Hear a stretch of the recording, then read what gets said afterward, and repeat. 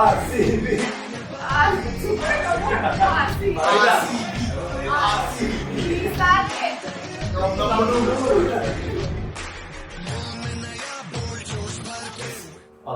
വർഷം കാത്തിരിപ്പിന് ശേഷം 18ാം ജേഴ്സി ടൈറ്റിൽ എടുക്കുന്നു.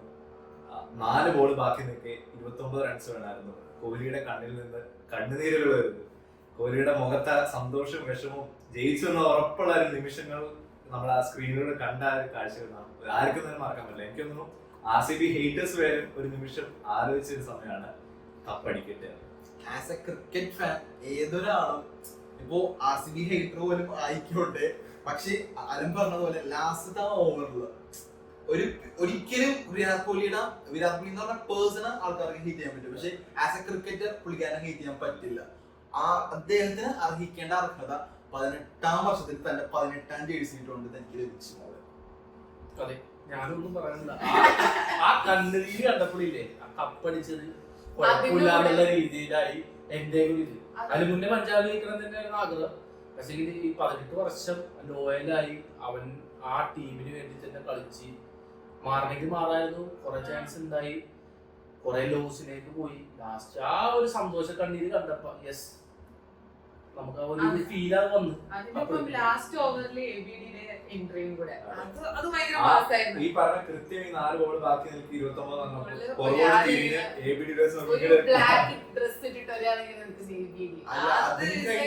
ലാസ്റ്റ് ABD കോഹ്ലി ഗെയില് ഇവര് 3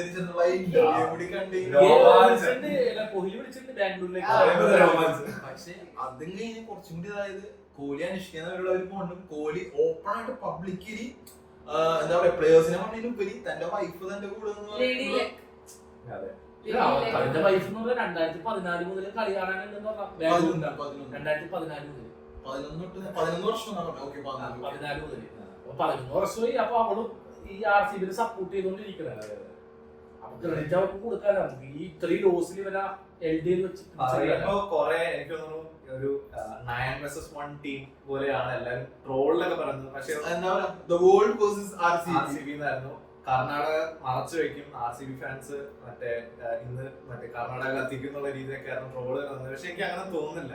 ഒരുപക്ഷെ ചെന്നൈ vs RCB ആണെങ്കിൽ അങ്ങനത്തെ രംഗം കണ്ടേ. പക്ഷെ എനിക്ക് എന്തായാലും കർണാടക കത്തും. നാളെ കർണാടക ചുമപ്പായിരിക്കും. അതിലൊരു പാരീസ് കത്തിയതുപോലെ കർണാടക കത്തിരുന്ന് ഞാൻ പറയുള്ളൂ. PSG കപ്പടിച്ച് അവിടെ 160 പേര് ഹോസ്പിറ്റലിൽ കിടക്കാണ്, 2 പേര് മരിച്ച്, 90 പേര് ഇഞ്ചേർഡ്. ആ ലെവലിൽ എത്തൂല. പക്ഷെ എനിക്ക് തോന്നുന്നു ഒരു ഭൂരിഭാഗം വരുന്ന സ്വസ്ഥതയുടെ കിടന്നു അതായിരിക്കും ഉണ്ടാവാൻ പോകുന്നത്. വിരാട് കോഹ്ലി പറഞ്ഞല്ല I will sleep like A baby today. RCB ഫാൻസിനെ സംബന്ധിച്ചിടത്തോളം ഭയങ്കര ആശ്വാസമല്ലേ.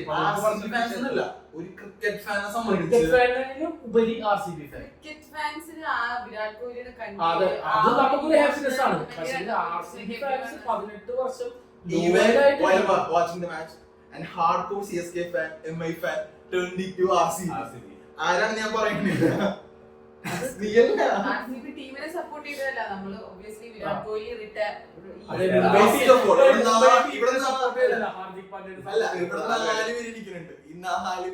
വിരാട് കോഹ്ലിന് ഇഷ്ടമില്ലാത്ത ഒരാളാണ് ഞാൻ തോന്നുന്നു.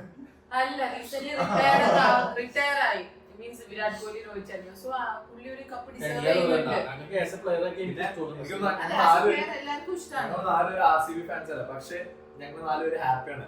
അവിടെ ആ അറ്റത്ത് ശരി വിഷമം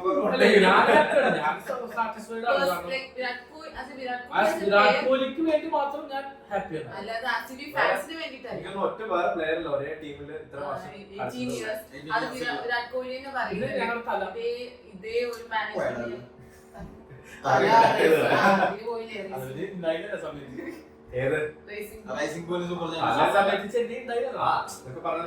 കളിച്ചല്ലോ.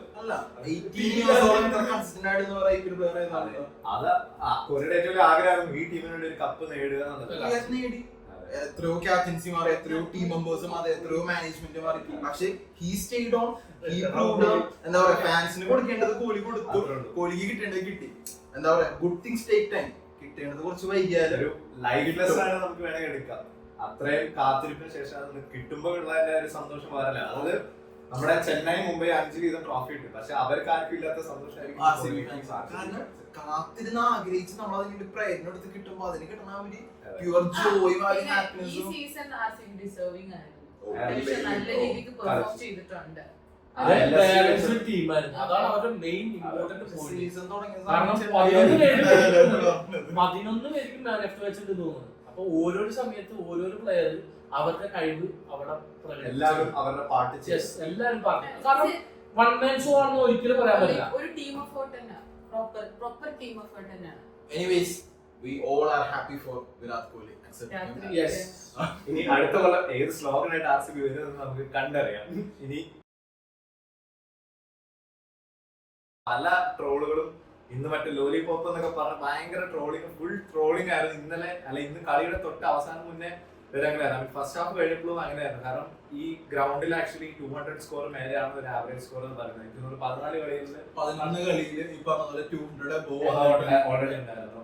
അപ്പൊ അങ്ങനെ നിന്നൊരു ഒരു ഗ്രൗണ്ടില് 190 എന്ന് പറയുന്നത് നല്ല സ്കോർ അല്ല, എന്നിട്ടും ഡിഫെൻഡ് ചെയ്ത് പിടിച്ചെടുത്തു.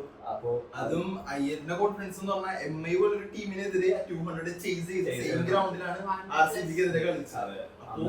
എന്നിട്ടും മറ്റേ ഫസ്റ്റ് ഹാഫ് കഴിഞ്ഞിട്ട് ചോദിച്ചപ്പോ ഈ പിച്ചൊക്കെ അവർക്ക് ആനുകൂല്യമാണെന്നുള്ള രീതിയിലാണ് അവർ പറഞ്ഞത്. കാരണം ബിലോ പാർ സ്കോർ ആയിരുന്നു ഈ പറഞ്ഞത്. മാത്രമല്ല പിന്നെ അവർക്ക് അടിക്കാൻ പറ്റും എന്നൊരു സ്കോർ ആണെന്നുള്ള രീതിയിലാണ് അവർ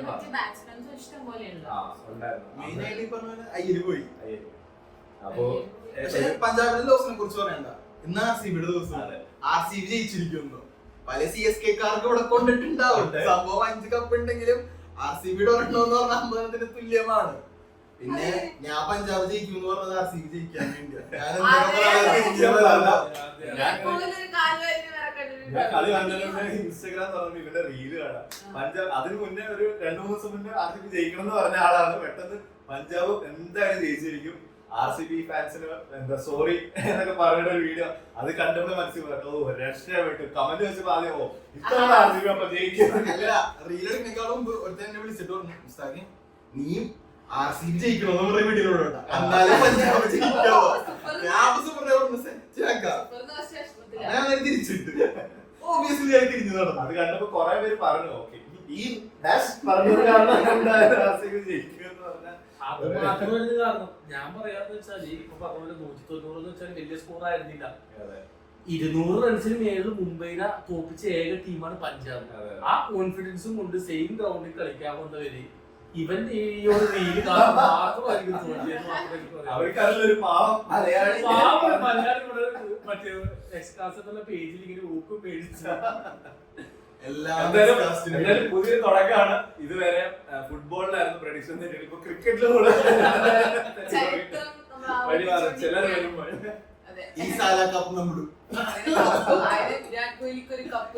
അല്ല ഇത് സംഭവമൊന്നുമല്ല. ഇനി പഞ്ചാബ് ജയിച്ച ഇംഗ്ലീഷ് എങ്ങാനും ജയിപ്പിച്ചിരുന്നെങ്കിൽ ഇവ പറഞ്ഞാലും ഞാൻ പറഞ്ഞില്ല. ഞാൻ കളി കണ്ടു വന്നപ്പോ ഞാൻ ഓർത്തത് പിന്നെ ഇവന്റെ ഡയലോഗ് ദൈവമേ തല കൈ വെച്ച് ആലോചിക്കുക ഇതെങ്ങാനും പറഞ്ഞ പോലെ നടക്കുമെന്നൊരു തോന്നുന്നുണ്ട്. അത് വേറൊരുത്തരാണെങ്കിൽ അത് ക്യാച്ച് ചിലപ്പോൾ വിട്ട് 6 പോയത് അല്ല ഇത് പറഞ്ഞേ പറ്റും, ഉള്ളതാണല്ലോ പറയണത്.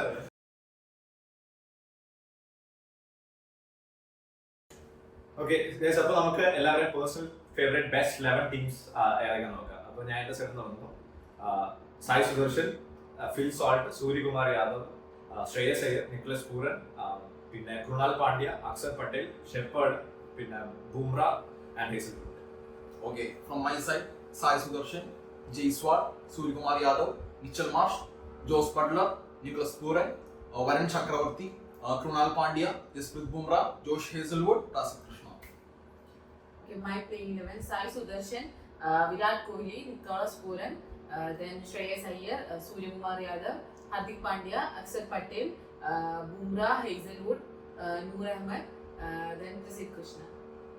ഓക്കെ, എന്റെ പ്ലേയിങ് ലെവലിൽ സായ് സുദർശൻ, മിച്ചൽ മാർഷ്, നിക്കി പി, സൂര്യകുമാർ യാദവ്, ശ്രേയസ് അയ്യർ, ശശാങ്ക് സിംഗ്, നമൻദീർ, കൃണാൽ പാണ്ഡ്യ, ഹേസൽവുഡ്, ബുംറ, പ്രസിദ്ധ് കൃഷ്ണ, നൂർ അഹമ്മദ് ഇൻ ബാറ്റിസം.